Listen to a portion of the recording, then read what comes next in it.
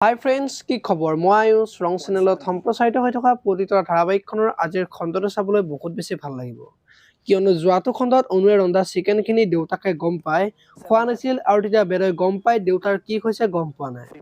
আৰু যি হৈছে মোৰ অলপো ভাল লগা নাই, মোৰ পত্নীক এনেকুৱা অৱহেলা কৰিব আৰু মই সদায় এনেকৈ সহ্য কৰি থাকিম নেকি?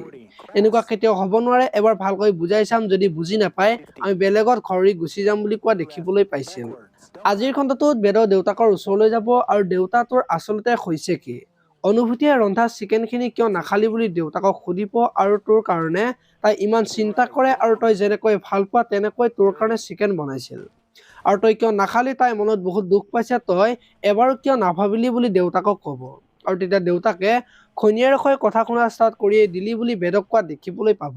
আজিৰ খণ্ডটোত প্ৰজ্ঞা মনীষাৰ ওচৰলৈ যাব আৰু তই ইমানৰ পিছতো ঘৰ এৰি নগলি, তই ইয়াত থকাৰ বাবে প্ৰমৰ চকু কেইটাৰে নেদেখা হ'ল আৰু মায়ে কিজানি তাৰ লগত এনেকুৱা অৱস্থা কৰিলে বুলি প্ৰজ্ঞাই মনীষাক ক'ব।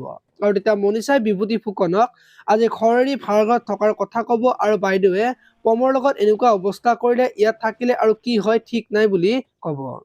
আৰু তেতিয়া বিভূতি ফুকনে তুমি পাগল খোৱা নাইতো, প্ৰমৰ লগত কিয় তেনেকুৱা কৰিব বুলি মনীষাক কোৱা দেখিবলৈ পাব। আপোনালোকে পতিতৰা ধাৰাবাহিকখন চাই কেনেকুৱা পায় কমেণ্ট কৰি জনাব। আৰু যদি আপোনালোকে এতিয়ালৈকে চেনেলটো ছাবস্ক্ৰাইব কৰা নাই তেতিয়াহ'লে চেনেলটো ছাবস্ক্ৰাইব কৰি ভিডিঅ'টোত এটা লাইক কৰি দিব। ধন্যবাদ।